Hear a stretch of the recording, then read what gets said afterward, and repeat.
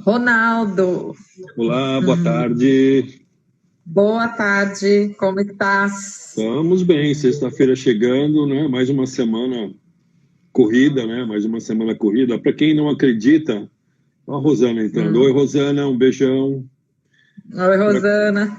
Para quem não acredita, às vezes, né, que com essa parada por causa da pandemia ou por que quer que seja, o trabalho tomou um ritmo quase que insano, porque quando você está num uso contínuo e normal de um escritório, alguma coisa, você consegue planejar mais as coisas.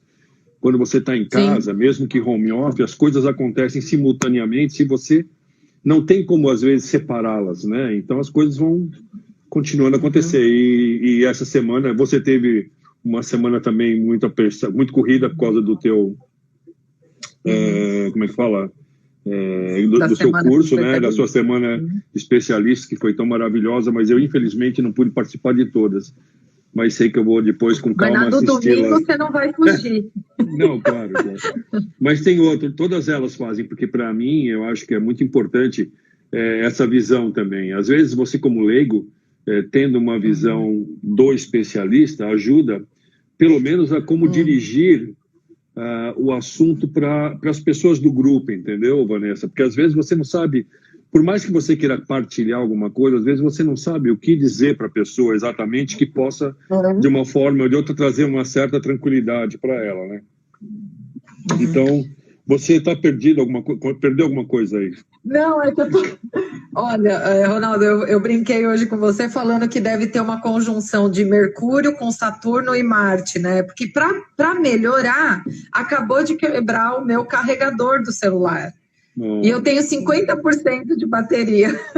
Esse é um desafio. Esse vai ser um desafio. Aí eu tô procurando o carregador para ver se o Theo consegue achar um para mim, igual, em algum lugar. Mas agora já achei, desculpa. Mas imagina, você estava falando Não, e você estava falando sobre isso, né? Sobre como fazer o home office. Tem até tudo a ver com o nosso tema, por incrível que pareça, viu, Ronaldo? Com o nosso tema de hoje. Por quê? Porque o trabalho, ele entra no ambiente de descanso. E você perde, né, os limites de trabalho e lazer e descanso, e de repente você está vendo, você está trabalhando mais do que deveria. Então, quer dizer, há uma desorganização mesmo, né? E acaba demandando muito mais e sendo muito mais estressante para a gente também. E considerando que você está num ambiente familiar, você está compartilhando esse processo junto com a tua família. Então, em momentos, por exemplo... aconteceu ontem, por exemplo, eu tinha uma live muito interessante às 8h30 da noite, mas 8h30 da noite estava no meio do jantar, aí você vai falar assim, vou parar um pouco que eu vou fazer essa live. Nossa, então você começa a ter que realmente rever essa maneira como você está como é que você está como é que você está se movimentando dentro desse espaço. E ao mesmo tempo é interessante, porque é um aprendizado, né? É um aprendizado contínuo. Mas no geral, eu acho que depois de quase 2 meses aí, não sei, 1 mês e meio de confinamento, com todos os altos e baixos, eu acho que foi positivo isso tudo que aconteceu para todo mundo, né? Então, você acredita, cara de pau? O que a Rosana falou, hein? Mas isso que você falou é muito importante. Ronaldo, nada é por acaso, né? Eu acho que a gente está fazendo essa introdução, até para o pessoal que já está nos acompanhando, parece que a gente não está falando do nosso tema da semana, mas tem tudo a ver. Como que uma situação inusitada, e é verdade, uma situação inusitada, não esperada, no nosso caso aqui, uma pandemia, mas a gente poderia dizer sobre uma dependência química, que é uma coisa inusitada, inesperada, que cai como uma bomba no seio familiar, né, no núcleo familiar, e desorganiza todas as funções e desorganiza toda a dinâmica da família. E é isso que a gente está vivendo num sentido macro, né, que é a pandemia, né? Você está falando o quê? Então, por causa de uma pandemia, está todo mundo agora confinado, todo mundo precisando se readequar nas dinâmicas e tarefas do dia a dia, e se a gente não se policiar, realmente uma coisa invade a outra, então aí, que é o que você falou, tem lá o jantar de família. Você não vai falar, agora espera um pouco que eu tenho uma live ali para fazer. Porque assim, você fala, não, pera lá, né? E cadê aquele momento que era nosso, por exemplo, né? Cadê aquele momento que era o de descanso? Então, quer dizer, desorganiza tudo. Por outro lado, a semana toda, no âmbito regular, você não almoçava o tempo todo com a família. Então, você não se dava essa 1 hora de descanso, como a gente brinca, né? Você almoça e já está trabalhando de novo, é uma coisa meio assim. E quando você está nesse ambiente, já não é uma coisa tão simples. Isso é efetivamente uma desorganização do que você tinha antigamente como ritmo de vida. Essa, na verdade, é quase esse tipo de coisa. Se é ou não é o certo, é uma desorganização do modus operandi atual, antes da pandemia e agora, né? E por isso que a gente sempre fala, a gente não sabe o que vai acontecer quando essa situação acabar. Não existe, essa situação não acaba mais. Nós estamos só vivendo uma nova situação e a partir dela a gente vai continuar criando novas situações, né? Exatamente. É mais ou menos isso, para falar de como foi a sua semana e a minha semana. Mas a minha foi realmente muito delicada, eu posso dizer assim. Porque eu não consegui, até meus amigos lá, o Thiago e o Elton brincaram comigo, você não está tendo agenda. Eu não estou conseguindo fazer uma agenda legal, isso é uma verdade, eu estou desorganizado. Né? Mas faz parte, é um pouco do codependente, também querer fazer tudo, entendeu? Esse é de assumir várias funções, né? Né? De assumir vários papéis. Que tenha... eu estou achando muito interessante, e dentro da psicanálise, né, a gente fala que a primeira palavra, o primeiro assunto, a primeira frase que a pessoa diz no início da sessão, aparentemente a gente às vezes fala, só está aquecendo, né? Só estamos aquecendo, mas geralmente essa primeira frase, ela comporta tudo que vai se desenrolar no decorrer dos 50 minutos da sessão. Então, e é muito interessante como os assuntos, como às vezes alguns assuntos já estavam até pré-sessão presentes, que é o caso aqui. Então, veja, a gente está falando de uma coisa que aparentemente não tem nada a ver com o tema, porque estamos falando da nossa semana, sobre como ela foi conturbada, tal, e das mudanças de rotina, mas isso tem tudo a ver com o que a gente vai falar hoje, Ronaldo, tem tudo a ver. Né? Então, disso, de não conseguir organizar direitinho, né, as tarefas da casa, de quando uma situação vem, cai como uma bomba, desorganiza todo mundo, e aí isso tem um impacto sobre as relações familiares. Depois a gente precisa se readaptar, ou seja, se reorganizar a partir de um elemento novo que existe, porque é o que você falou, a pandemia não vai passar o contágio, vamos dizer assim, mas isso que ela causou já faz parte da vida da gente, já faz parte das nossas dinâmicas, e isso vai ser um novo modo, né, uma nova maneira de estar no mundo. Igual quando tem uma dependência química na família, né?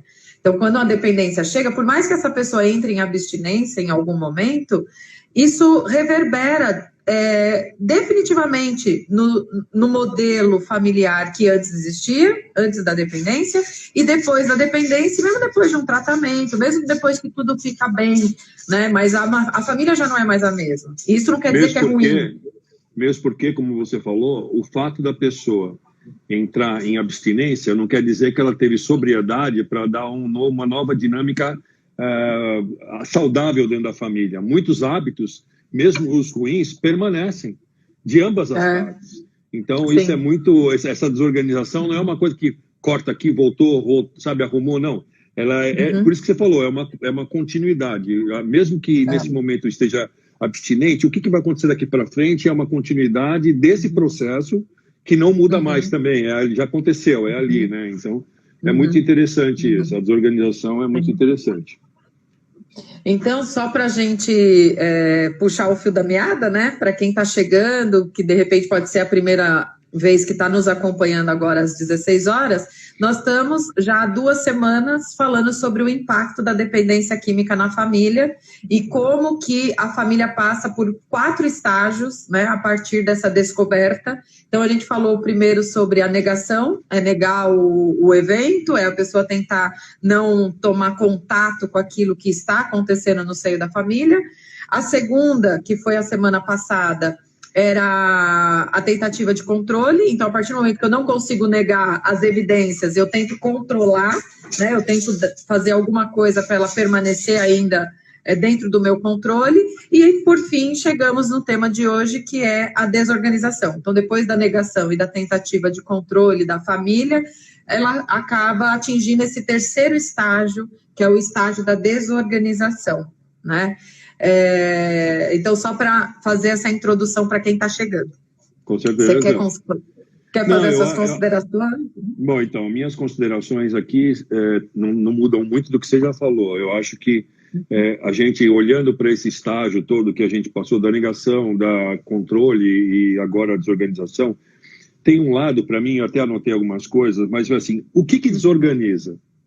Né? O que é desorganização familiar? O que desorganiza inicialmente, né, na experiência que a gente tem dos grupos, ou mesmo em casa, como foi o meu caso, para mim, a primeira foi a funcionalidade familiar.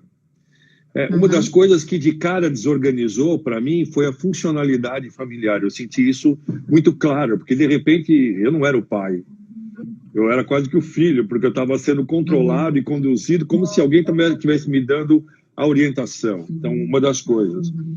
Outra coisa que também muda muito na desorganização familiar, que para mim foi uma coisa muito rápida, né, são os sentimentos. Porque fica desorganizado, você já não consegue entender o que é respeito, o que é medo.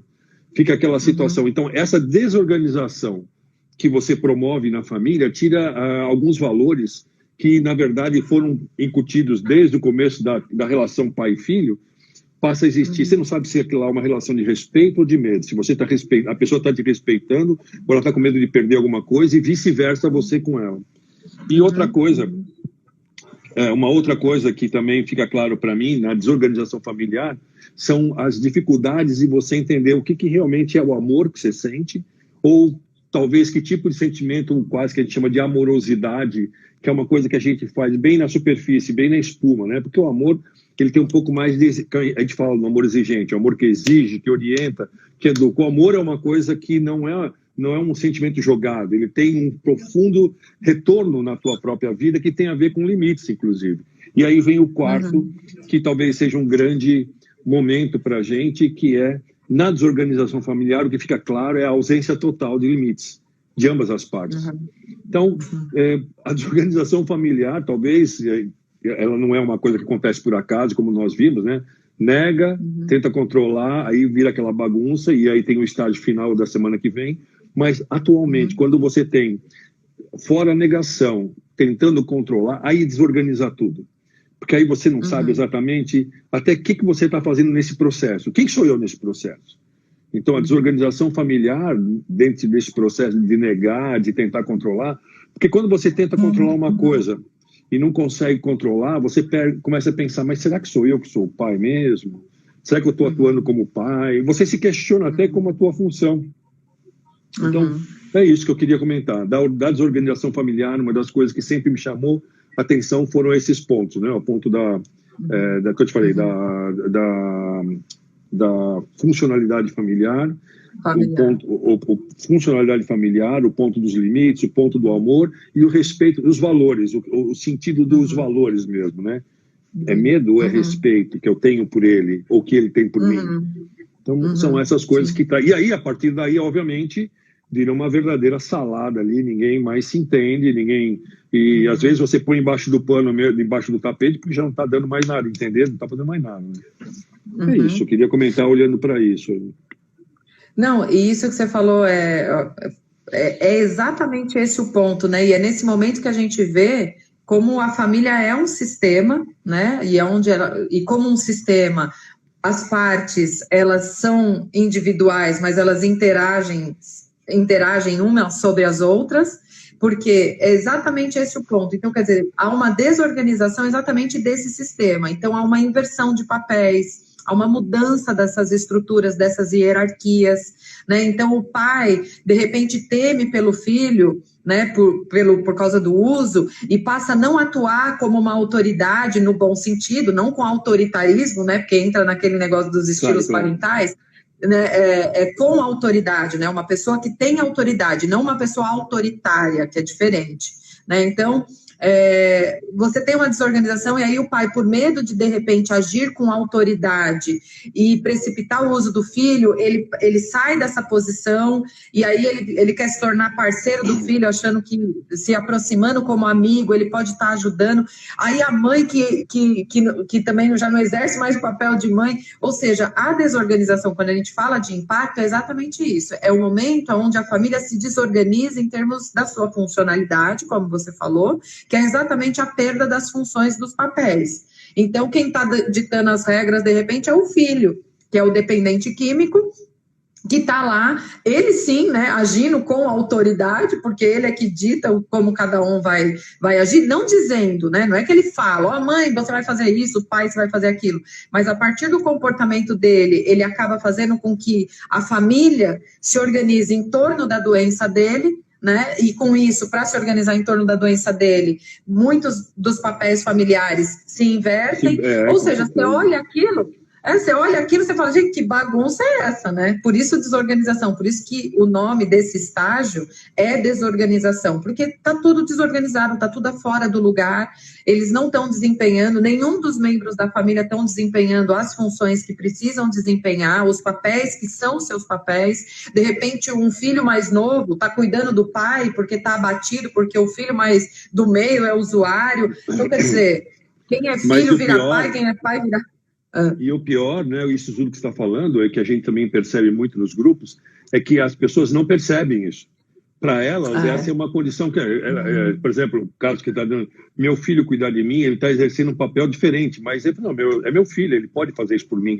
Mas a pessoa não percebe que aquela não é a função dela, ou que a função que ele está exercendo não é a dele. E você começa a perder o sentido, inclusive, das suas funções. E eu tenho uma muito mais forte ainda, porque na relação dessa vulnerabilidade comportamental, onde a parte não começa a haver mais uma organização, a organização está quebrada, o sistema quebrou, as pessoas começam a se tornar previsíveis. E o Celso Garrett, um grande líder que a gente tem na Amor Inteligente, ele fala assim, pais previsíveis, filhos manipuladores. Então, a partir daquele momento, já sabe, o outro já percebe qual vai ser a minha atitude até fora da minha função. Então, ele manipula o processo, por isso que a partir dali você desorganiza tudo. Porque ele manipulando, ele começa a tomar conta do processo e você ainda se sente agradecido, muitas vezes, porque ele diz que está bem, porque ele está ali em casa, porque ele dá as palavras certas para você ficar tranquilo. E você não atua como função que ele é peculiar, vamos dizer assim. Tem uma máxima dentro da terapia sistêmica que diz o seguinte, que eu, quando estou fora do meu papel, eu não tenho força. E é isso, quando o filho precisa exercer papel de pai, ele perde força. Quando o pai precisa se colocar num papel de filho, ele perde força. Então, eu só tenho poder no meu papel. Isso faz parte, inclusive hoje, né, que tem os estudos da constelação sistêmica, né, constelação familiar sistêmica, também tem agregado muito valor nesse sentido do entendimento de que nós temos forças no nosso papel, no nosso lugar.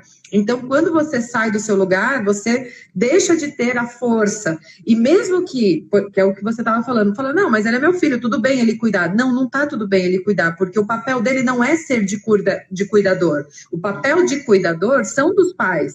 Filho é filho, pai é pai. Né? Não quer dizer que o filho, quando o pai, pensando fora do contexto da DQ agora, não quer dizer que quando os pais envelhecem, o filho não tem que dar suporte, mas como filhos, não assumindo função de pai e mãe dos pais, porque você enfraquece quando você uma coisa é dar suporte, eu como filha vou dar suporte para minha mãe que tem mais idade, eu sou filha dando suporte à minha mãe continua no papel de mãe, no lugar de mãe, e eu tô como filha, no lugar de filha, dando suporte para minha mãe. Outra coisa é inverter. Eu assumir o papel de mãe e ser mãe da minha mãe. Não existe ser mãe da minha mãe. Se eu sou filha, não existe ser mãe da minha mãe. Eu sou filha dando suporte à minha mãe. Eu não destituo a minha mãe desse lugar de mãe que ela é. Não é porque hoje ela precisa de ajuda que ela deixou de ocupar esse lugar de ser minha mãe. Ela continua sendo minha mãe. Então, essa inversão de papéis que ocorre, que promove o desequilíbrio familiar e tira o poder de atuação dos membros. né? A Mara deixou uma pergunta, Mara, eu vi, a gente vai retornar a ela, mas pode falar, Ronaldo, que você tem alguma questão aí para complementar. Eu perdi. Sim.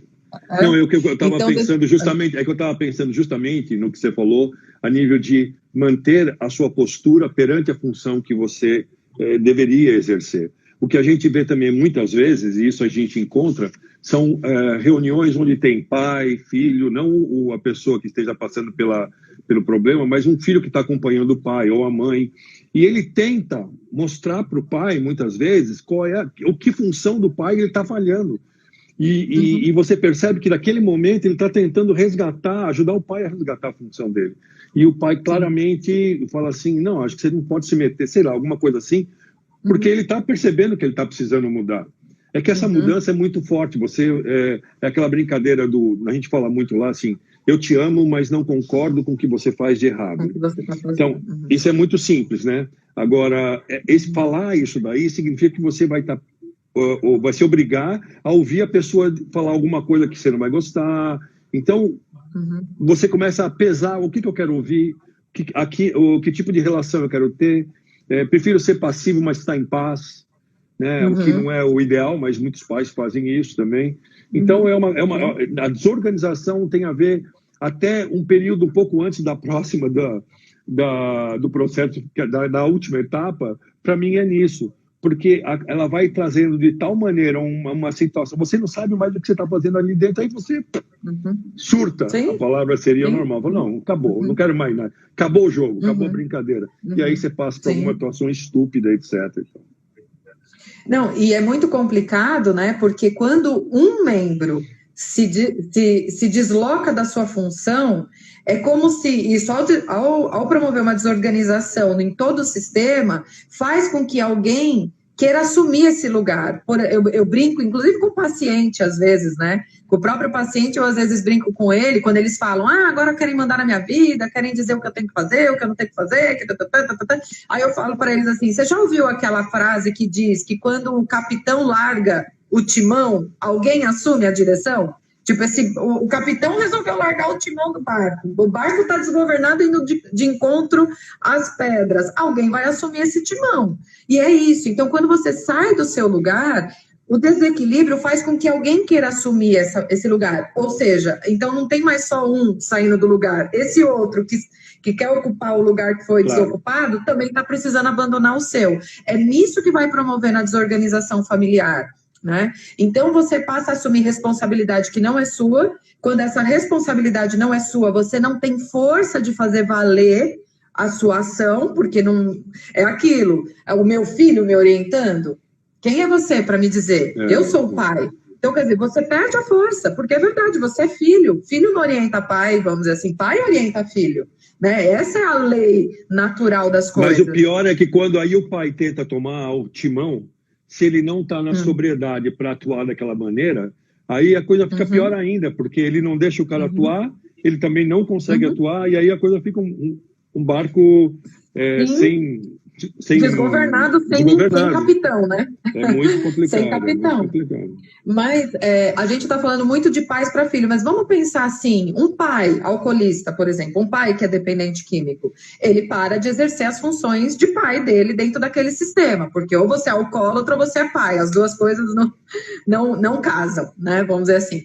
Então, aí de repente um filho pode querer assumir o lugar de pai. Né? Assumindo o quê? Responsabilidade pela casa, é uma pessoa que começa a trabalhar muito para suprir financeiramente a ausência do financeiro que o pai promovia como provedor, ou seja, o pai já começa a querer exigir da mãe, né, que é a mãe dele, o pai não, o filho que assume o lugar de pai, começa a ter uma relação com a mãe, que já é uma relação de paridade e não de hierarquia. Aí ele começa a assumir perante outros irmãos, de repente, também essa postura de querer mandar. Você fala, aí o irmão, que é mais novo, fala, mas quem é você? Você não é meu pai? Tipo assim. Então, quer dizer, você desorganiza. Você não é meu pai. Você não é meu pai. Aquela frase mais forte. Você não é meu pai. E é verdade. E sabe o que é interessante? O irmão que fala para o filho mais velho isso, ele está certo. Não é que ele está desautorizando o irmão. O irmão não é pai, o irmão é irmão mais velho. E ele não é pai. E ser irmão mais velho não é ser pai. Só que como ele foi obrigado a assumir a posição, ele pode falar, ele fala, e como eu já ouvi falar, eu não sou teu pai, mas quem está sustentando você, expondo aqui dentro sou eu. Ele se empodera. E aí ele se empodera, ele fala... Exatamente, Ronaldo, porque daí ele fala assim, mas pera lá, eu não sou seu pai, mas eu que estou pagando as contas, eu que estou ralando para trabalhar, eu que estou fazendo. Então ele se sente, ele assume a posição, só que ele também não está certo, ele não tem que assumir essa posição. Ele é filho mais velho. O lugar de pai tem que continuar ausente. Ah, não tem pai, porque o pai está lá, é alcoolista, está ausente. Então é uma cadeira vazia. Ninguém tem que sentar nessa cadeira. E temos que lidar com a ausência, com o fato dessa cadeira permanecer vazia. Então, não é que o pai parou de ser pai, alguém tem que assumir. Ninguém tem que assumir. É uma cadeira que tem que continuar vazia, porque aquele lugar tem dono.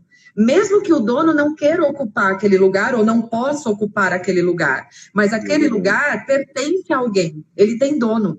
Então mas nesse momento, sabe, Vanessa, é isso que é engraçado.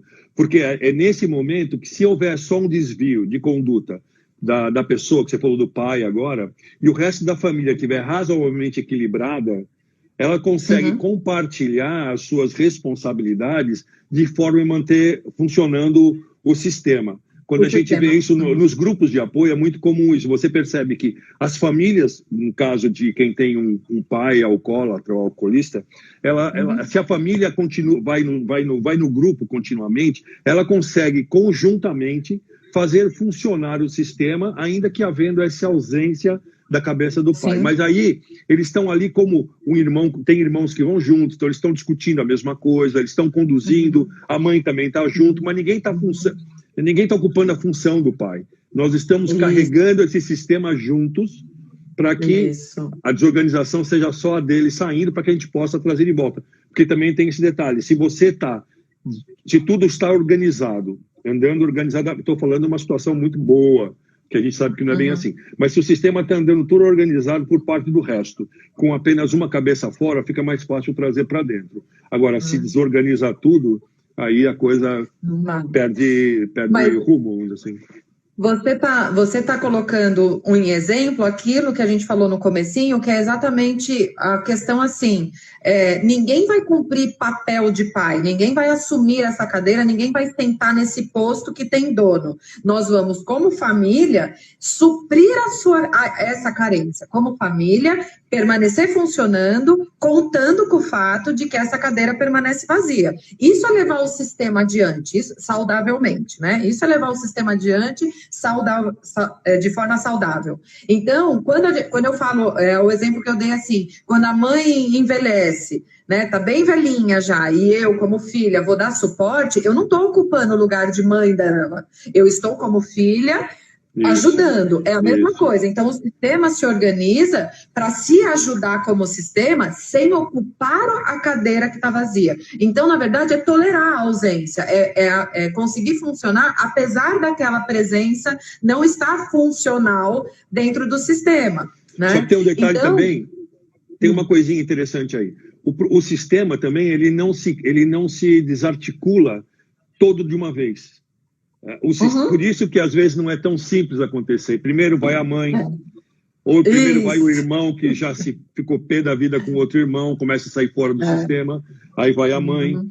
Então, como essas peças vão se desgastando aos poucos, né? Por isso que às vezes é difícil trazê-las de volta ao mesmo tempo. Então, eu estou voltando a falar, né? Por isso que é importante, quando a gente vê nos grupos, a gente pede sempre que todo mundo possa ir junto. Não que todo mundo vai ficar bem ao mesmo tempo, mas que no seu tempo, cada um vai conseguir ter mais clarividência não, mais sobriedade, mais clareza do processo para ir juntando.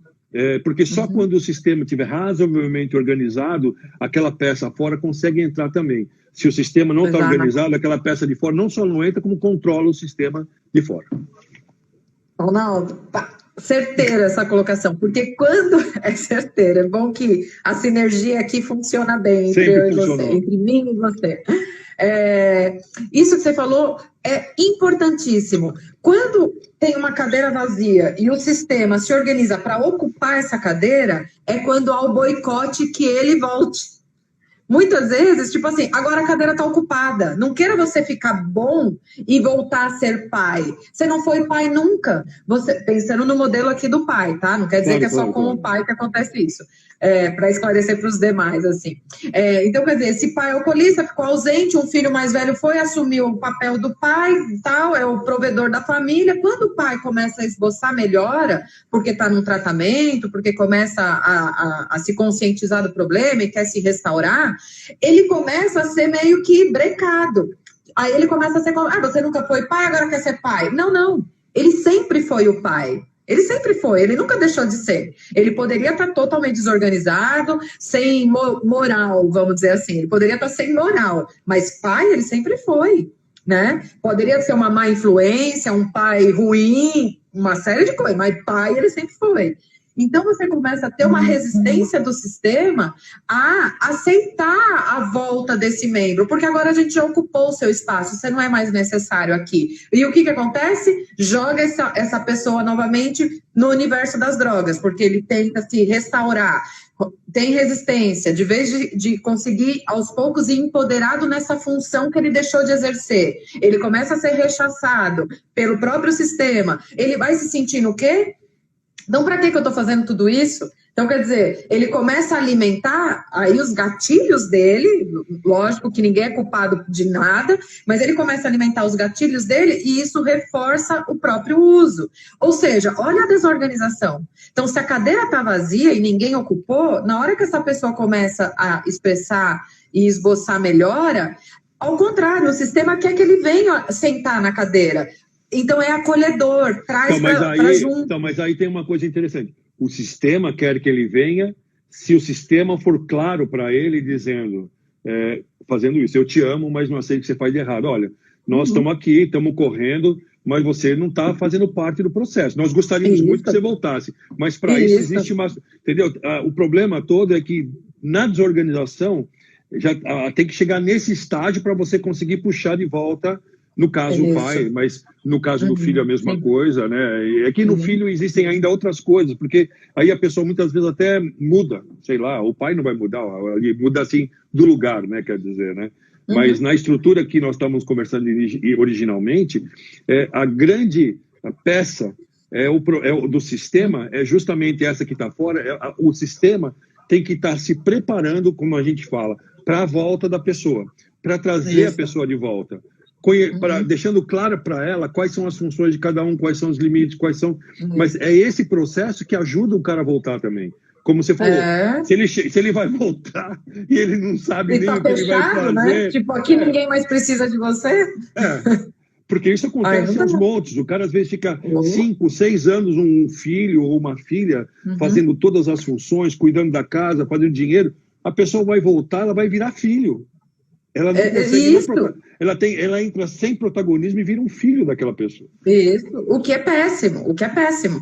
Esse sistema, mesmo que essa pessoa está em abstinência, mas ela não está no seu lugar, isso não está funcionando. É uma família que está desorganizada, porque família organizada tem funções demarcadas. E quando você fala dentro desse modelo que a gente falou do pai, mas a gente pode pensar assim, um filho dependente. Por que a família se desorganiza? Porque muitas vezes, um exemplo, um dos pais, ou se for um filho único, um dos pais, se tiver outros filhos, um outro filho, mas vamos pensar, um filho único, ele vai, ou podemos pensar um filho de uma família de pai, mãe e 2 filhos. Então, um dos filhos, não importa qual, se envolve em drogas, cada um reage de uma forma, mas supondo o pai ou a mãe fica mais abalado, ao ficar mais abalado, ele abandona a função dele de pai, porque ele está super impactado com a dependência do filho, ou uma mãe que está super impactada com a dependência do filho, com isso ela começa a desassistir o segundo filho, porque ela tem 2, né? Um está dependente, o outro não. Então ela começa a desassistir o segundo filho, porque o filho que está precisando mais dela é o dependente. Então, ela fica super focada nele, ela já não começa mais a ser mãe de 2, ela começa a ser mãe de 1, só que ela não é mãe de 1, ela é mãe de 2. Então, quer dizer, olha a desorganização começando a acontecer, certo? Aí o pai já quer assumir a posição da mãe, porque fala, não, mas ela está muito abatida, então deixa, eu vou cozinhar hoje, eu vou fazer sei lá o que hoje, ou ao contrário, né? quer desempenhar essa função, não que pai não possa cozinhar, pelo amor de Deus, não é isso? Não, claro. Sem coisas de gênero aqui. Mas, assim, o pai começa a tentar suprir essa falta da mãe para o outro filho que sobrou, só que o outro filho começa a rivalizar, começa a ficar irritado com isso, porque ele não está sentindo falta, ele não quer que o pai cumpra a função de mãe, ele quer a mãe dele, e o pai cumprir função de mãe só mostra que a mãe está ausente mesmo. Então ele fica irritado, aí começa a apresentar problema esse segundo filho, vai virando uma bola de neve. Então, olha como é desorganizador, né? E como a gente precisaria tocar ainda na questão do seguinte, que é o que você está frisando muito. Essa família, obviamente, por isso que não existe tratamento de dependência química sem orientação familiar, não existe. Todo tratamento de DQ tem que envolver família, e hoje já tem inúmeras pesquisas mostrando, inclusive, que o resultado do tratamento do dependente químico aumenta, né, beneficamente falando, aumenta as chances de engajamento e de tratamento do DQ quando a família é envolvida, porque o próprio dependente químico às vezes se engaja por saber que a família também está engajada, e o fato de você ajudar a família, ela se torna um agente também dentro de casa que favorece a continuidade do tratamento. Então não existe tratar família dependente sem família, mas principalmente por isso, porque essa família, a gente precisa avaliar isso, ela desorganizou, porque a gente precisa começar a orientar, olha, cada um no seu quadrado, vamos dizer assim. Você continua mãe, você continua pai, você continua o primeiro filho, você é o segundo filho e você é a caçula, um exemplo. Cada um no seu lugar, cada um tem uma posição dentro dessa família. E todos precisam estar empoderados dentro deste local que é o seu. Se a família desorganizou, a orientação familiar visa isso. Tanto dar informações sobre a dependência, para essa família poder entender um pouco mais o processo da dependência, mas principalmente para que ela consiga manter o sistema funcionando. Porque daí a gente entra num terceiro ponto. Será que esse sistema já não era desorganizado antes da dependência? E por isso surgiu uma dependência como o elemento que quer mostrar que essa família não está funcional? Nem sempre a desorganização familiar, ela é posterior à dependência. Às vezes ela é a pré-condição, ela foi a causadora da dependência, a desorganização familiar, né? Então, a gente também está atento a isso. E se ela foi pré-condição, se a gente não mexer no sistema, esse paciente que ficou dependente não vai conseguir se restabelecer porque o sistema continua adoecido e promovendo esse tipo de disfuncionalidade. Uma das coisas... Tiago, obrigado aí pelas suas palmas. O Tiago. Já me deixou feliz à tarde, hein, Tiago? Mas você sabe o que você está falando para mim tem todo sentido. Na verdade, a grande dificuldade nossa grande dificuldade é justamente assumir essa postura de dizer o sistema está bom, o sistema está ruim, porque ninguém vem com um manual, a família não vem com manual. Então, muitas vezes essa família ela já vinha numa desorganização muito grande, e não que isso tenha gerado a dependência química também, isso é bobagem, mas ela já dá abertura para que as suas atitudes não sejam funcionais. Não sendo atitudes funcionais, tudo pode acontecer no entorno, claro, né? Mas você me trouxe uma coisa muito interessante, é que a desorganização familiar, apesar de estar nesse processo da negação, controle, etc., ela já pode ser antes uma pré-condição de tudo isso que aconteceu. Já aconteceu. Tiago, aplaudir só a Vanessa. Ainda tem que aguentar isso, é muita coisa. Obrigado, Tiago. Ai, Tiago, figura. Mas você sabe, Ronaldo, isso tem uma máxima que eu também uso, nem todo mundo gosta de ouvir quando eu falo, né, de familiar principalmente, que eu falo assim, o fruto nunca cai longe do pé. Nunca cai. Não vai cair maçã próximo de um pé de pera, né? A maçã vai cair do lado da macieira. Do lado da macieira. O que eu quero dizer não é que é culpado, não existe culpado na vida de ninguém. Ninguém é vítima de nada. Nós somos autorresponsáveis pelas nossas escolhas, sem sombra de dúvida. Então, eu não estou dizendo que mãe, pai é culpado por dependência do filho. Não estou.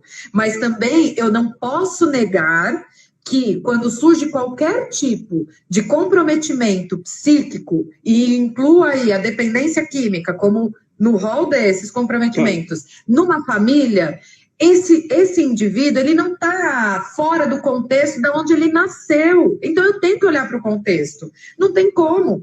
Ninguém é uma ilha, ninguém é filho de chocadeira, vamos dizer assim, né? Ninguém nasceu do nada. A gente nasceu num seio familiar. Temos pais, temos mães, temos irmãos, primos, tios. A gente nasce dentro de um local. Esse local pode ser adoecedor, sim. Ele pode ser. Então, quando surge um depressivo dentro de um seio da família, eu preciso olhar a organização familiar. Quando surge uma síndrome do pânico, quando surge uma dependência química, uma esquizofrenia, uma paranoia, o que quer que seja, ele vem dentro de um contexto. Nós somos texto dentro de um contexto, né? Nós somos histórias dentro de uma história que é mais ampla. Então, eu preciso olhar a história ampla para entender o texto que é a Vanessa. A Vanessa é um texto dentro de uma enciclopédia que é a família Sola, vamos dizer assim. Então, eu preciso olhar para a família Sola, não tem como, né? Então, sim, por isso que eu falo, não é que a família é causadora de dependência, porque senão todo mundo viraria dependente dentro de uma família desorganizada, vamos dizer assim, não é verdade. Mas também eu não posso dizer que ela não é fomentadora daquilo que está acontecendo no seio da família, que é um dependente químico, por exemplo. Porque você tem que... Vamos lembrar uma coisa, falando de novo das 4 etapas, a negação, ela não é necessariamente uma negação referente ao uso de substância. Essa negação ou controle pode vir muito mais amplo, negação de situações que aconteceram na vida da pessoa, dentro daquele contexto durante a vida da pessoa. Então, negando, mentindo, acontecendo situações que foram minando a própria organização da família. Então, negar que você fez algo errado, aquela negação, não a negação por causa que usou droga, mas negar que você fez algo errado e assumir aquela condição perante a família. Eu não sei, eu entendi claramente agora, e olhando para isso que você está falando, uma coisa muito legal, que a desorganização, de repente, ela, apesar de ser a terceira etapa visível, ela não visível, ela já era invisível antes, às vezes. Antes, né? Porque aquelas atitudes de negar, de tentar controlar, elas existiam de uma maneira meio subjetiva, né? Então, você não percebia que você estava com aquela dinâmica. Então, isso é uma coisa muito interessante.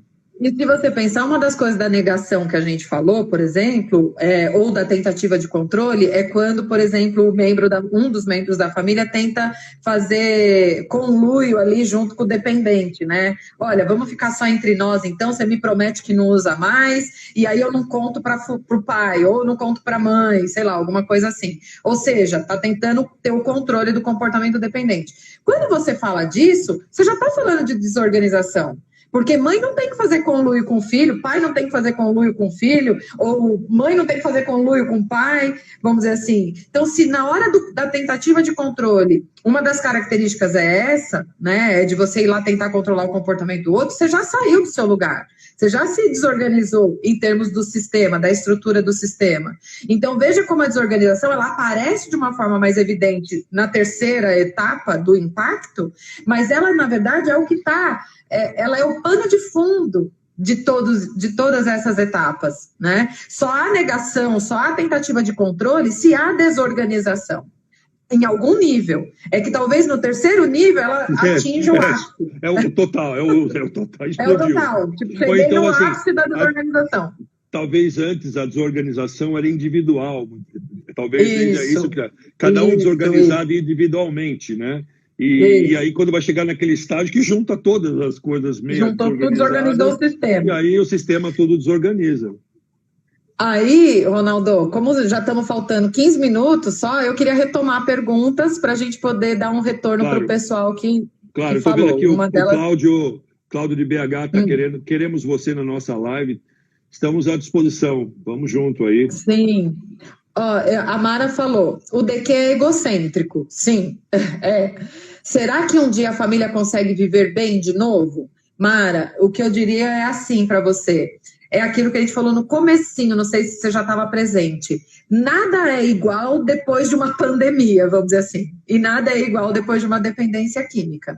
Então, não é que vocês vão voltar a ser como era antes, porque às vezes o que era antes também não estava legal e ninguém via. e a dependência veio sinalizar de que alguma coisa estava errada ali. Mas se é possível ter uma organização nova e que também seja boa, satisfatória, de bem viver entre vocês, eu tenho certeza que isso é possível. É possível, mas todos precisam estar empenhados nisso. Não adianta, tipo, um indivíduo da família, que tem 5, está super empenhado, enquanto outros estão mais ou menos. Eu sigo uma pessoa no Instagram, nem é de psicologia nada, mas ele tem uns insights muito legais. E ele fala assim, quando a gente fala sobre relacionamentos e sobre trabalho de excelência, não existe falar, estou me dedicando 90%. Se eu chegar no meu marido e falar, olha, eu sou 95% fiel a você, acabou a relação. Ou é 100%, é tipo pôquer, né? Jogo de pôquer. Ou é tudo ou é nada. Ou você é 100% fiel ou você não é, vamos dizer assim. Não existe, olha, eu sou 99% fiel a você. Um exemplo. Não existe numa relação de fidelidade monogâmica, né? Eu estou dizendo. Então, quando a gente fala do trabalhar para o bem viver de uma família... Mas também é para fidelidade de princípios. Então, tá ok o que você está falando. Sim, isso. Não, e eu estou querendo dizer assim, quando a gente está falando sobre um comprometimento da família para o bem viver da família, a gente precisa do 100% de todos. E isso não quer dizer que o meu 100% é igual ao seu 100%. Não quer dizer. As riquezas são diferentes. Talvez eu tenha na minha conta poupança R$1.000, na sua tem 10 mil. Tá bom, mas você entra com 10 mil e eu entro com 1.000. Mas é o meu todo. Eu tô dando o meu todo. Porque tudo que eu tenho é R$1.000. Então, eu dou R$1.000. Se tudo que você tem é 5 mil, então você vai entrar com 5 mil. Mas eu tô dando todo. Então, todo mundo tem que estar 100% comprometido para construir esse bem viver. Então, só para concluir a resposta para a Mara, é possível, sim, depois de uma dependência química, a família se reorganizar e conseguir viver bem. Não quer dizer que é igual antes, porque também não quer dizer que antes era bom. Só quer dizer que estava do jeito que estava. Então, sim, Mara, é possível e todos precisam, às vezes, de suporte, né? Talvez não seja só do natural de cada um. Às vezes a gente vai precisar que cada um tenha o seu próprio suporte para conseguir também se comprometer nisso, né? Nessa reconstrução. Pode falar. Não, isso que você está falando é perfeito. Na verdade, você falou algumas coisas que me chamam a atenção. Primeiro, eu estou dando o melhor de mim. E dar o melhor de mim não é necessariamente o melhor do outro. Às vezes o outro tem um pouco a mais para dar. Então, nessa relação que você acaba criando de reconstrução, a gente tem que aceitar o melhor de cada um naquele momento. Porque se você quiser sempre exigir dele o melhor total do que é o teu momento, você cria um ambiente de frustração tão grande que o cara não entra no sistema. Porque todo mundo vai entrar para e passo. Todos estamos para e passo. Então, ninguém... Porque essa desarticulação é de todo mundo. Não é que nós estamos todos organizados e alguém saiu fora. Não, o pai vai entrar, ele vai entrar com mais dificuldade, mas as pessoas estão lá também lutando para se organizar. Porque a desorganização de uma forma ou de outra aconteceu. Então, isso que você está me dizendo chama muito na linha a importância que a gente respeite o melhor de cada um, nesse sentido. Qual é o seu melhor? Né? Para que você valorize. É como aquela coisa de falar assim, eu vou sempre elogiar o seu melhor. Né? E não falar do... Ronaldo, e é isso. Além de respeitar, é o saber reconhecer. Porque, às vezes, como que o outro está dando não é o que eu acho que é o melhor, eu não reconheço como sendo o melhor dele. E isso frustra quem está dando, porque eu estou dando sangue, ranquei a pele, estou dando tudo que eu tenho, peguei toda a minha fortuna e pus aqui, dando um exemplo, e você está dizendo que ainda é muito pouco. Então, aí é quando a pessoa às vezes pensa, o que mais a pessoa quer de mim? Eu estou dando tudo. Então, é eu poder reconhecer que às vezes, isso não quer dizer que as pessoas estão sempre dando o melhor delas, tá? Mas é de poder reconhecer... E também não quer dizer que, porque assim, e continuando isso que você está falando, todo mundo está dando o melhor, mas o objetivo, ele é um objetivo bem claro, é para que haja essa sobriedade familiar completa, para que as coisas funcionem de forma organizada. Então, tudo bem, ele está dando o melhor que ele está dando, ele não conseguiu ainda, ou aquele pai, né? Mas a gente tem que valorizar aquele pequeno, mas continuar exigindo, ó, ainda fala, vamos nessa. Para que ele possa dar mais, exatamente, porque é um processo de aprendizado também. Pensando, se o cara é super egocêntrico, egoísta, ele se tornar alguém mais altruísta é um processo de aprendizado, porque ele não está habituado. Então, óbvio, você vai reconhecendo o que ele está dando e vendo que ele pode dar mais, você vai puxando, né? Mas também se eu puxo muito e muito rapidamente, eu estouro o elástico. Né? Então, o elástico ele tem a sua resiliência, mas eu tenho que ir puxando devagarzinho, né? E aos poucos vai vindo mais. Aí a Mara continua. Às vezes o filho mais velho quer amparar a mãe que está sofrendo pelo outro filho de quê? Penso que é uma fase de vulnerabilidade.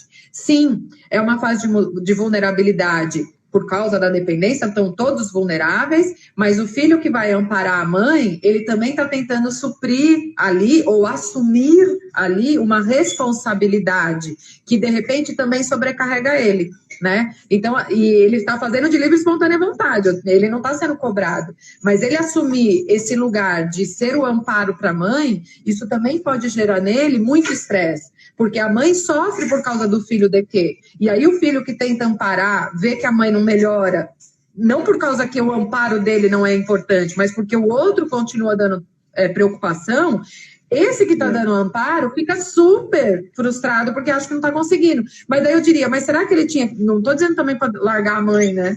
Mas assim, será que realmente ele deveria estar nesse papel incumbido desta função ou se incumbindo dessa função de ser amparo? Será que não seria o caso do pai assumir esse lugar? Tipo, pai e mãe se resolver nesse quesito, de vez de pegar o filho mais velho para ser o amparo da mãe, por exemplo, né? E ambos, pai e mãe, amparar o filho que está se sentindo mais vulnerável, porque quem ampara às vezes também está dizendo que está precisando de amparo, né? Não é fácil, hein? Não é fácil. Eu estou olhando aqui se tem mais... Tem aqui a Natália falou, entender a limitação. Isso, entender a limitação de cada membro da família. É isso aí, Natália, é entender não só a limitação, mas qual é o papel que cada um tem dentro de um sistema familiar. É entender qual é a sua função ali. Não a função incumbida pelo outro, mas é aquilo, numa família que tem pai, mãe, eu vou falar da minha. A minha família tem pai, mãe, e eu diria até mais. Minha mãe teve uma filha que faleceu logo ao nascer, então eu sou a caçula. Então minha mãe teve uma filha que veio a falecer, depois veio a minha irmã e depois veio eu. Eu sou a terceira nessa família, eu não sou a segunda, eu sou a terceira. Porque antes da minha irmã teve uma pessoa. E a minha mãe teve uma filha antes de ter a minha irmã e eu. Então eu não sou a segunda dessa família, eu sou a terceira. E isso é importante. E muitas vezes a gente exclui esse que existiu, porque morreu, exclui, eu sou a segunda. Não, eu não sou a segunda, eu sou a terceira. Na visão da minha mãe, eu sou a terceira filha dela. Na visão da minha mãe e do meu pai, né? Na visão da minha mãe e do meu pai, eu sou a terceira filha, eu não sou a segunda. Então, é importante. Então, qual é o meu lugar nessa família? A de terceira filha. O meu lugar nessa família é a de terceira filha. Né? Então, é de você reconhecer os meus limites, mas também de reconhecer o meu lugar. Qual é o meu lugar? E só quando a gente sabe qual é o nosso lugar é que a gente sabe quais são os nossos limites e as nossas potencialidades também. Vamos fazer jus ao caso. A gente tem limitação? Tem, mas tem potência. Tem potência. E no meu lugar que eu ocupo, eu tenho potência de agir. Então, eu preciso reconhecer limite? Preciso, mas também preciso reconhecer quais são as minhas potências. Aqui eu posso. Pera lá que aqui eu posso. Tipo assim, eu não posso fora daqui, mas aqui eu posso. Né? Então, e o que eu posso nesse lugar que eu ocupo? Que o Cláudio fez essa pergunta da culpa, né? Do jogo vítima, perseguidor e salvador. Eu acho que isso é uma das... talvez o momento mais clássico do processo de desorganização familiar, porque a família está tão desorganizada que é fácil você fazer esse jogo, né? Um culpa o outro tenta salvar um, ao mesmo tempo que um está salvando o outro, vira o jogo, o que estava tentando salvar vira o vítima, porque ele se sente vítima de estar lá tendo que salvar. Então, a desorganização, ela faculta que esse jogo, da culpa, reforce a continuidade da desorganização familiar.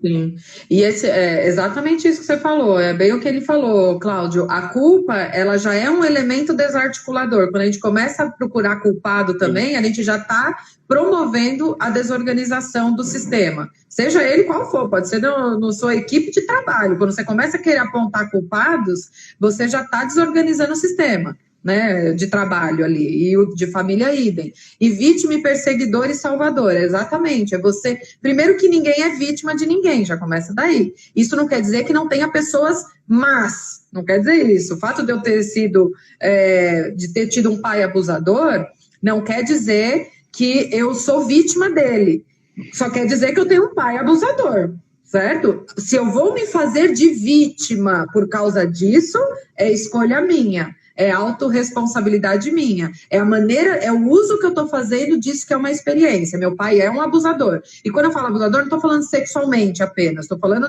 de inúmeras formas.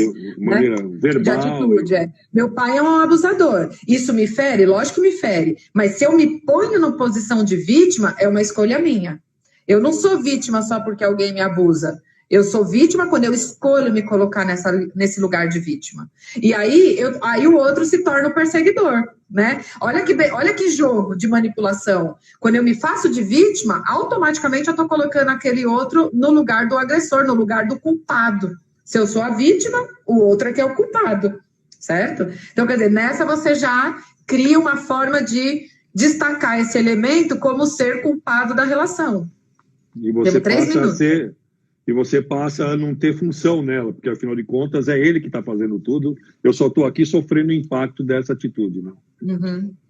Isso, Natália, a Natália está falando, gostei da questão da potência, e isso é um elemento, Natália, muito importante, né, porque isso de modo geral, né, mesmo no tratamento de dependência mesmo, do DQ, às vezes a gente fica muito focado nos problemas, nas limitações, naquilo que ele não sabe, naquilo que ele precisa desenvolver. Mas pera lá, e o que ele já tem, né? O que ele já tem de desenvolvido, habilidades que já existem? Então é isso, né? A gente precisa também saber naquilo que eu sou boa, porque boa no sentido da potência mesmo, porque aquilo, às vezes eu sou uma péssima goleira, vamos dizer assim, sou uma péssima goleira para jogar nessa posição, mas posso ser uma ótima zagueira. Então, quer dizer, eu já descobri, não sou bom para ser goleira do time, ok, mas em que posição, então, eu tenho força, eu tenho potência para poder participar do time? Eu sou boa na zaga, então me põe na zaga, ali eu faço bem o meu papel. Então, se você quiser me pôr no gol, vai dar merda, vamos dizer assim, vai passar a bola aqui. Mas, de repente, jogando na zaga, eu posso exercer aquilo que eu tenho de potência, de potencial, aquilo que eu tenho de força. Então, na orientação familiar também é isso, né? É você identificar qual é a potência de cada uma desses familiares para que a gente possa tirar proveito disso para o sistema fluir de uma forma harmoniosa. Então, cada um exercendo aquilo que é bom, na sua potência. Isso também é importante dentro de uma orientação. Falando nisso, eu queria que você aproveitasse e falasse como é que foi essa semana para você, né?